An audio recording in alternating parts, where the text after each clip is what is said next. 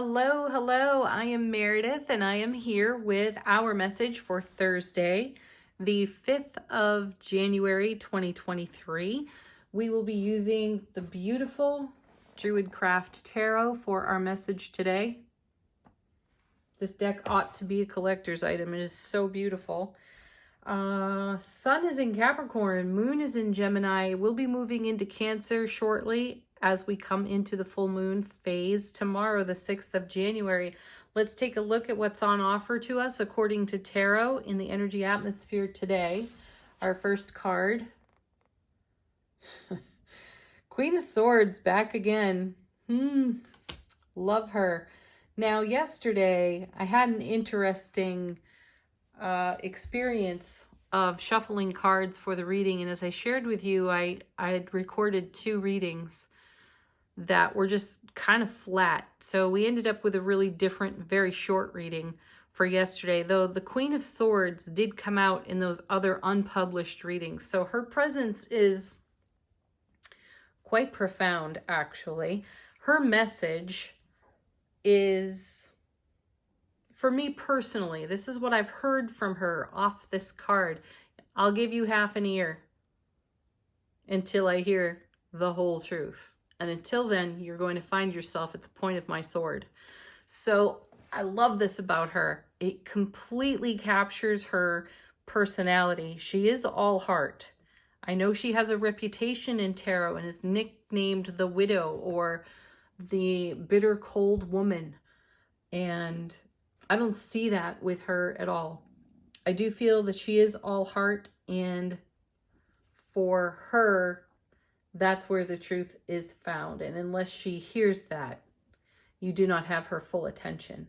The point of her sword as well is something that can inspire us to get real and authentic and brilliantly clear with our own selves. So we may find, or we may discover within the day, that we are telling ourselves an old story. And if that's the case, it's time to do some hindsight, rewind, retrograde style review of that story and the authenticity of it. Have you embellished it? Have you exaggerated it over the years as you've retold it to yourself?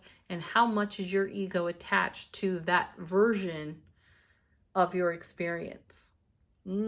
Powerful, right? No judgment. Now, look at this. Here's the Empress. Gosh, this is the image that graces the box for the deck. This is one of my most favorite Empress cards in all of tarot. It's just so beautifully done. So what I feel here is fulfillment is imminent when it comes to the conclusion of a cycle and the beginning of a new cycle. I would not be surprised if we turn over the Death card, either from these cards out of the shuffle or off the bottom of the deck, because I feel great transformation here. And I was sharing with a client in a one-on-one reading just recently a dream symbol I had received, and I feel that it's connected to these 2 cards right away. We are being shown through our dream state, through signs and symbols in the energy atmosphere, what exactly we can be investing our energy in to bring wholeness to our now moments, our now experiences.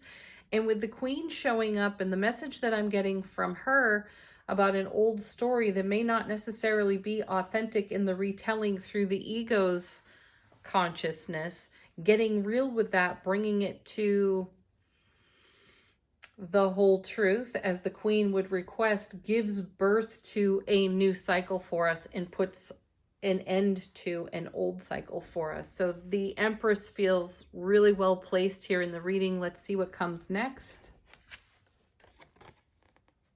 Yeah, look at that. 9 of Wands. Talk about bringing something to fulfillment and conclusion.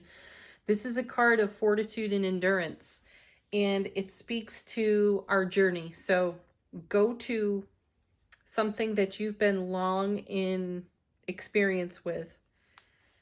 which could be whatever is being highlighted by the Queen over here in terms of the stories we tell ourselves, the programming that we submit to, the programming that we allow. And when we discover that it doesn't serve us, what we do with it then. My feeling is that's the transformation that's taking place here on the Empress. And the Nine of Wands lets us know we are so much closer than we think to bringing to conclusion some aspect of our current life experience that we've been toting with us for years, maybe even decades. And we're about to have a really fresh perspective on whatever that might be. Another card I've seen a lot of in recent days in personal one-on-one readings especially is the Eight of Wands. And we may have had that in yesterday's reading as well, and I'm reminded of it here in the Nine. I do feel that there's a lot on offer to us in the ether.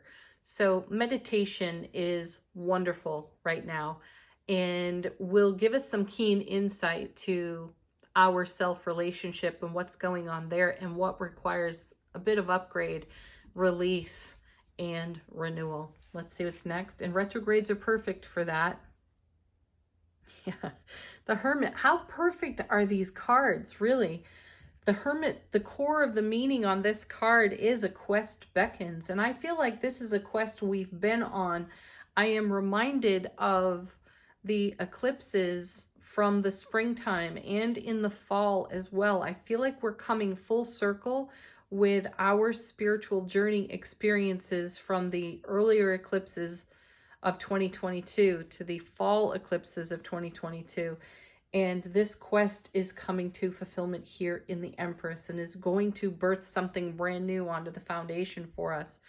And, you know, if you've been listening to these readings for the past several weeks, I feel like it's been building and building and building on a day-to-day basis. Just this message. I'm feeling an additional message of be prepared to receive the very things that you have asked for, prayed for, cultivated. The next set, two came together, first of which is, look at this. Here's the Two of Cups. Beautiful energy. An ever-deepening and growing bond, strengthening bond within self-relationship, how we are embracing our life, our world, and all of our key relationships that we are interacting in at this time. Coming with it is, wow, a card that we had yesterday, which was the Chariot. Beautiful to see it here with the Empress because she is the mother of the charioteer. She and the Emperor, this is their child. So the fact that we are sensing in the cards here or getting the message from the cards here that a rebirth, a renewal, or birth period is imminent, and then we have the offspring, the child of, in motion, dynamic motion at that, wrapped in the Two of Cups in the same reading is fantastic. So you can see this quest in motion. It's in motion here on the Nine of Wands, coming to fulfillment and conclusion. The enlightenment that comes of the quest itself connects nicely with the Queen and her sword, our authenticity, our reality within self-relationship is growing, expanding, and shifting as we embrace what's brand new on the foundation and move dynamically ahead, onward, outward, expansively within our sphere of influence as a result. So this is a really strong take action reading here, and it's not like you have to force yourself to go do something.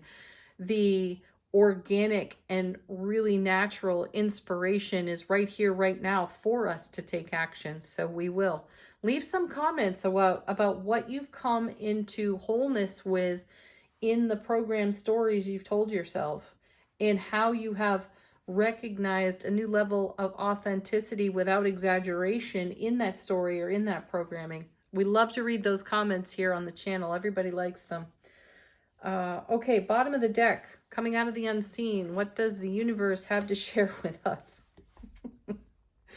The Ace of Wands, enthusiasm. This is a robust energy. It's very fertile, very vital, lots of vitality here, passion, fire, creativity. It's a gorgeous ace, a divine and cosmic gift of inspiration, which I feel is charging this reading beautifully all on its own.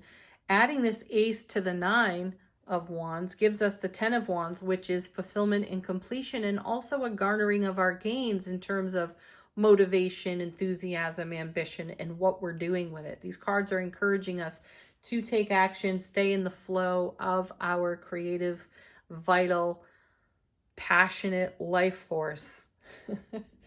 Okay, coming with it is, well, the 3 of Cups, great celebration. Here it is. This is a card that's been showing up frequently for us as well. And for me, intuitively in tarot, the 3 of Cups brings a message of making more of what's on the 2 of Cups. So we have great unity here in the 2 of Cups. This is us in self-relationship. This is us in embracing, again, the key relationships that we are interacting with in the now, in our spiritual journey. And then we have the 3 of Cups, and that shows us exactly making more, doing our very best, making the most of our current circumstances, and the Empress is lending her energy to this as well. And then we have the King of Wands. Talk about potent, vital, creative, passionate, fiery energy. And this is divine masculine energy, which is a wonderful harmonization to the Empress over here. So lots of fire, lots of inspiration on offer as we look in hindsight at some of the ways we may have limited ourselves in our spiritual journey from the stories we've told ourselves or were told to us by our well-meaning peers and elders along the way. Oh, wow. I wasn't going to take any more off the bottom of the deck, though. Next, we have the 5 of Cups, which is a really cool card to have, especially when you've got the 3 of Cups and the 2 of Cups down on the table. So this is a card for me, with the 3 and the 2 in the reading. This is a card of great reverence and respect for the journey. Typically, you see a solitary character on this card. They look remorseful. They look as though they may even be grieving. I feel that the character on the card is doing an in-depth hindsight look back at the journey and gleaning the very best from the most challenging moments within the journey. Hence, the 2 of Cups that usually appears on the card upright. You know, you take the moment, you give the journey consideration, you give it its due process, and then you pick up those 2 cups and you go onward. And all of that's here in the reading. And not only do we go onward passionately, creatively, robustly, and with great vitality. And then underneath that, and I will stop here, 4 of Wands. See, we continue to talk about the foundation that we are existing upon, and this is the happiest card in the minor arcana. It's the 1111 card. It's a gateway portal card, and we're stepping through it. This is the next part, the next step in the journey. So as we bring one aspect to conclusion through hindsight reflection, and we recognize where the stories have and the programming have perhaps limited us, we shake all that off in our hindsight review. We continue to embrace the oncoming quest that is a blessing and a gift from the Empress, and we go at it like the charioteer without hesitation and in a very dynamic flow. Whoa, excellent. Angel answers now. Ask a question of this deck if you have one. Get confirmation. Receive a message from your own guides, angels, ancestors. I love this. First one out, peaceful resolution. Yes. In whatever conclusion we are arriving at today in these cards, as we explore and continue to journey on in our spiritual quest, we discover peaceful resolution within self-relationship. And I feel we lift or peel away any limiting beliefs we have.